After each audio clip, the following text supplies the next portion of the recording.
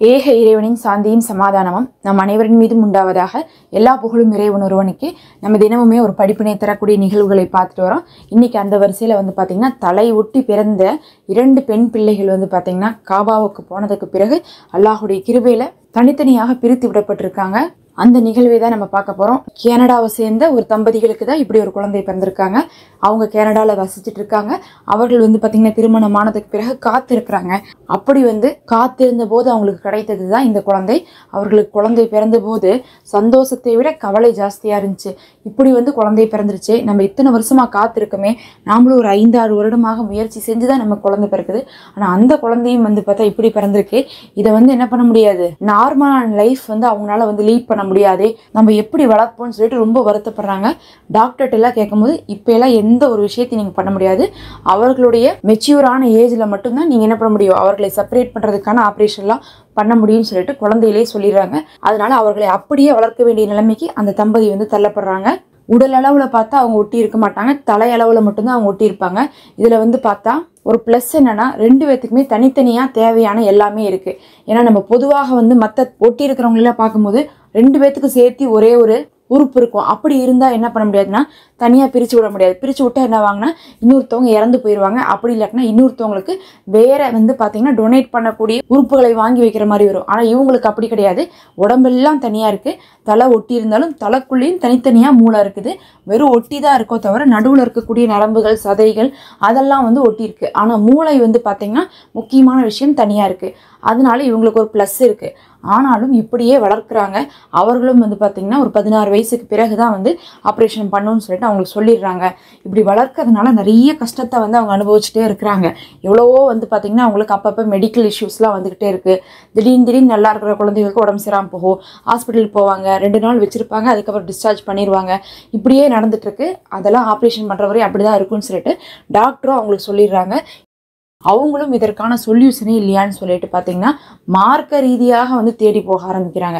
ஏன்னா முதல்ல டாக்டரை நம்புறாங்க, செலவு செய்கிறாங்க, அவங்களும் முயற்சி பண்ணுறாங்க, வளர்த்திக்கிட்டே இருக்காங்க. அது போக உடம்பு சரியாமல் போகும்போது என்ன பண்ணுறாங்க, அவங்க கிறிஸ்துவர்களாக இருக்கிறாங்க. அதனால பார்த்தா சர்ச்சுக்கு போகிறது, அதில் ஏதாவது செய்கிறது. அங்கே இருக்கக்கூடிய சில குரூப்பில் என்ன பண்ணுறாங்கன்னா சும்மா இந்த மாதிரி மீட்டிங்லாம் போட்டு வாங்க உங்களை இயேசு காப்பாற்றுவார், இதை செஞ்சால் போதும் அது செஞ்சால் போதும்னு சொல்லிட்டு பார்த்தீங்கன்னா இங்கேயே அந்த மாதிரி வேலைகளெல்லாம் பண்ணுவாங்க. திடீர்னு வருவாங்க, வயிற்றுல கல் இருக்குமாமா, ஒரே தடவை இவங்க கை வச்சுனுமே சரியா போயிடும்லாம் காட்டுவாங்கல்ல, அந்த மாதிரியான வேலைகள்லாம் அங்கே போகிறாங்க.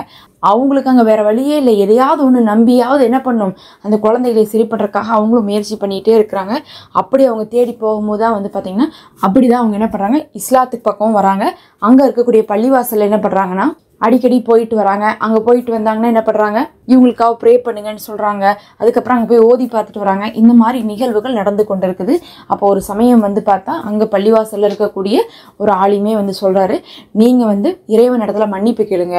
ஏன்னா நீங்கள் செஞ்சதுக்கான பாவத்துக்கான தண்டனையாக கூட இது இருக்கும். நீங்களே யோசிச்சு பாருங்க, நீங்கள் எவ்வளோ கஷ்டப்படுத்தியிருக்கீங்க எங்களையெல்லாம் அப்படின்னு சொல்லிட்டு அவங்க சொல்கிறாங்க.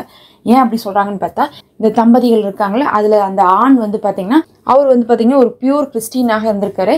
அதனால அந்த மற்ற மதத்தில் இருக்கிறவங்கள கல்யாணத்துக்கு முன்னாடிலாம் மதிக்கவே மாட்டாராமா. அவர்களுக்கெல்லாம் நிறைய இடைஞ்சல் கொடுத்துருக்காங்க. அதுவும் இந்த பள்ளிவாசல்லாம் பார்த்தீங்கன்னா அவர் இருக்கக்கூடிய இடத்துலயே இருந்திருக்கு. அந்த பள்ளிவாசலுக்குமே பார்த்தீங்கன்னா இவங்க நிறைய பிரச்சனையை கொடுத்துருக்காங்க. அவர் செய்யக்கூடிய வேலையே பார்த்தீங்கன்னா கவர்மெண்ட் சார்ந்த சில வேலைகள் தான் செஞ்சுட்டு இருந்திருக்காரு. அப்போது பார்த்தீங்கன்னா அந்த பள்ளிவாசலுக்கு வேணும்ட்டே அதிகமான நெருக்கடிகளை கொடுத்துருக்காங்க. இந்த மாதிரி நீங்கள் மற்ற மதத்தையெல்லாம் மனிதர்களெல்லாம் ரொம்ப கஷ்டப்படுத்துறீங்க, நீங்கள் பண்ணனால எங்களுக்கு பள்ளிவாசல் ரீதியாக நிறைய நஷ்டம் ஏற்பட்டுச்சு, உங்களால நாங்கள் நிறைய தடைகளுக்கு ஆளாக்கப்பட்டோம். இப்படி நீங்கள் பார்த்தீங்கன்னா இறைவனுடைய விஷயத்திலே நீங்கள் செஞ்சுருக்கீங்க, அதனால கூட உங்களுக்கு இப்படி ஒரு சோதனை இருக்கலாம் அப்படின்னு சொல்லிட்டு அவங்க சொல்கிறாங்க. அதுக்கப்புறம் தான் இவருக்கு ரொம்ப மனசு கஷ்டமாக இருக்குது. யோசிச்சு பார்த்து, ஆமாம் நம்ம இப்படி தான் கல்யாணத்துக்கு முன்னாடிலாம் இருந்துட்டு இருந்தோம், அப்புறம் கல்யாணம் ஆனதுக்கு பிறகு கொஞ்சம் கொஞ்சமாக நம்ம நமக்கு அதை தவிர வேறு எதுவுமே இல்லைன்னு இருந்துச்சு. ஆனால் நாம் அதுவரையும் நம்ம நல்லா இருக்கும்போது எல்லாருக்கும் கெட்டது செஞ்சனால தான் இறைவன் அந்த கெட்ட காரியத்தில் நம்ம ஈடுபடக்கூடாதுங்கிறதுக்காக இப்படி ஒரு தண்டனையை கொடுத்துட்டானாட்டிருக்கு. இப்போ நம்ம அந்த மாதிரியான வேலைகள்லாம் செய்யறதே இல்லை. ஆனால் அதுக்கு காரணம் என்னென்னா இந்த குழந்தைகளை பார்த்துக்கிட்டே இருக்கிறதுனால நம்மளால வேற எதுவுமே யோசிக்க முடியலன்னு சொல்லிட்டு அவருக்கே தோணுது, நம்மளுடைய தப்பு தான் இப்படி நம்மளுடைய தண்டிக்குதுன்னு சொல்லிட்டு. அது அவங்களுடைய மனைவிட்டே சொல்றாங்க. ரொம்ப வருத்தப்படுறாங்க 2 பேருமே. தொடர்ச்சியாக பார்த்தீங்கன்னா மன்னிப்பு கேட்க ஆரம்பிச்சிடுறாங்க.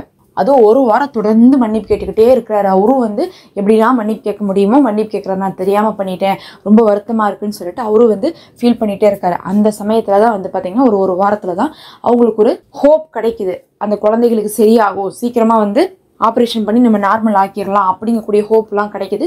அப்போ இந்த மாதிரிலாம் நிகழ்வு நடக்கும்போது குழந்தைகளுக்கு அடிக்கடி உடம்பு சரியாமல் போயிட்டுருக்கும். ஆனால் இப்போ எல்லாம் பார்த்திங்கன்னா கொஞ்சம் உடம்பு சரியாமல் போகாமல் நார்மலாக இருந்துட்டு இருக்காங்க. இல்லாட்டினா மாதத்துக்கு 2 தடவை போயிட்டு ஹாஸ்பிட்டலுக்கு போயிட்டு வர நிலைமையில தான் இருந்தவங்க. ஆனால் வந்து நார்மலாக இருந்துட்டு இருக்காங்க. இதெல்லாம் அவருக்கு ஒரு பெரும் மாற்றத்தை கொடுக்குது. அப்போ நம்மளுடைய பாவங்களை விட்டு நம்ம விலகும் போதே நம்மளுடைய குழந்தைகள் வந்து சரியாகிறாங்க. இஸ்லாத்துக்கு தான் நம்ம அதிகமான தவறுகளையும் பண்ணியிருக்கோம். இப்போ இஸ்லாம் தான் நமக்கு என்ன பண்ணுது, வழியும் காட்டுதுன்னு சொல்லிட்டு அவங்களுக்கு இஸ்லாத்தின் மீது ஒரு ஈர்ப்பு வருது. ஈர்ப்பு வந்தாலும் அவர்கள் வந்து பார்த்திங்கன்னா குரானை பற்றி தெரிஞ்சு எல்லாமே தெரிஞ்செல்லாம் வந்து இஸ்லாத்தை தழுவல. அவங்க என்ன பண்ணுறாங்க, இந்த சின்ன மாற்றம் வந்த உடனே என்ன பண்ணுறாங்க, இஸ்லாத்தை வந்து தழுவுறாங்க. ஒரு மாதம் வந்து இவங்களும் எல்லாத்தையும் பார்த்ததுக்கு பிறகு தான் அந்த முடிவு எடுக்கிறாங்க. அப்போ என்ன பண்ணுறாங்க, பக்கத்தால் இருந்த அந்த பள்ளிவாசலுக்கே போய் இஸ்லாத்தை தழுவிக்கிறாங்க. இஸ்லாத்தை தழுவுனதுக்கு பிறகு வந்து பார்த்திங்கன்னா அவங்க வந்து பார்த்திங்கன்னா அவங்க வீட்டுக்கு பக்கத்தால் இருக்கவங்க மூலமாக ஒரு செய்தி கேள்விப்படுறாங்க. அவங்களுக்கு ஏதோ ஒரு நோவு இருந்துகிட்டே இருந்திருக்கு, ரொம்ப கஷ்டத்தில் இருந்திருக்காங்க. டாக்டர் வந்து பார்த்திங்கன்னா ஆப்ரேஷன்லாம் பண்ணணும்னு சொல்லிடுறாங்க. இருந்தாலும் வந்து பார்த்திங்கன்னா நம்பிக்கை கம்மியாக இருக்குது, இது வந்து சக்ஸஸ் ஆகலாம் ஃபெயிலியர் ஆகலான்னு சொன்னனால அவங்க என்ன பண்ணுறாங்க, முஸ்லீமாக இருந்தனால நான் போய் என்ன பண்ணிடுறேன், உம்ரா செஞ்சுட்டு வந்துடுறேன். உம்ரா செஞ்சுட்டு வந்துட்டு நான் வந்து என்ன பண்ணிக்கிறேன், ஆப்ரேஷன் பண்ணிக்கிறேன்னு சொல்லிட்டு என்ன பண்ணுறாங்க, அந்த பக்கத்தால் இருக்கிறவங்க வந்து போயிட்டு வந்திருக்காங்க. அந்த ஒரு நிகழ்வு இவங்க கேள்விப்படுறாங்க. அதுவும் வந்து பார்த்தா இவங்களுக்கு ஒரு ஆச்சரியத்தை கொடுக்குது. அப்போ நாமளும் என்ன பண்ணலாம், நாமளும் மக்காவுக்கு போயிட்டு வரலாம், அதுக்கப்புறம் நம்ம என்ன பண்ணலாம், ஆப்ரேஷனுக்கான முடிவு எடுக்கலாம். அப்படி உம்ராவுக்கு போயிருந்தப்போ தான் பார்த்தீங்கன்னா அப்போ தான் வந்து பார்த்திங்கன்னா அந்த தகவல் ரொம்ப வைரலாக பரப்புது. பொதுவாகவே வந்து மக்காவுக்கு யாராவது வராங்கன்னா அவங்க யாராவது ஸ்பெஷலாக இருக்கிறவங்களா இருந்தாங்கன்னா அவங்க என்ன பண்ணுவாங்க, ரொம்ப வரவேற்பாங்க, கவனிப்பாங்க. அந்த மாதிரி பார்க்கும்போது ஒரு 100 வயசுக்கு மேலே இருக்கிறவங்களா வந்து உம்ராக்கோ இல்லை ஹஜ்ஜுக்கோ வந்திருந்தா அங்கே இருக்கக்கூடிய மன்னர்களே என்ன பண்ணுவாங்க, போய் பார்ப்பாங்க. அந்த செய்தி தெரிய வந்து அங்கே ஒரு டீம் இருப்பாங்க, இந்த மாதிரி ஸ்பெஷலாக வரவங்கள வந்து என்ன பண்ணுவாங்க, கவனித்து அவங்கள வந்து மன்னரை வந்து மீட் பண்ண வைப்பாங்க. இந்த மாதிரி பண்ணும்போது இவங்கள என்ன பண்ணுறாங்க, இந்த 2 தலையோட வரக்கூடிய பெண் பிள்ளைகள் வந்து ரொம்ப ஒரு கவனத்தை ஈர்க்கிறாங்க. அது உம்ரா டைமுங்கிறனால பெருசாக கூட்டம் இல்லை. சவுதி மன்னர் வந்து பார்க்குறாங்க, நார்மலாக பேசுகிறாங்க, பேசிட்டு போகிறாங்க. அவங்க பேசுகிறது இவங்களுக்கு புரியல. நடுவில் டிரான்ஸ்லேட்டர் இருந்து தான் டிரான்ஸ்லேட் பண்ணிகிட்டு இருக்காங்க. யார் என்ன ஏதுன்னு சொல்லிட்டு கேட்டுக்கிறாங்க. அல்லாஹ் உங்களுக்கு நல்லதாக வைப்பாங்கன்னு சொல்லிட்டு என்ன பண்ணுறாங்க, போயிடுறாங்க. போனதுக்கு பிறகு பார்த்திங்கன்னா இவங்க உம்ரா செஞ்சுட்டு இருக்காங்க. 2 நாளில் என்ன ஆயிடுது, மஸ்ஜிதுல் ஹரம்லேயே என்ன ஆயிடுதுன்னா அந்த பெண் பிள்ளைகளுக்கு என்ன ஆயிடுது, உடம்பு சரியாமல் போயிடுது. ஒன்றும் வந்து புதுசு கிடையாது. இந்த மாதிரி அடிக்கடி அவங்களுக்கு உடம்பு சரியாமல் போகும், ஹாஸ்பிட்டல் கூட்டிகிட்டு போவாங்க, ட்ரீட்மெண்ட் பண்ணுவாங்க, அப்புறம் வந்துடுவாங்க. இப்படி தான் நடந்துட்டுருக்கு.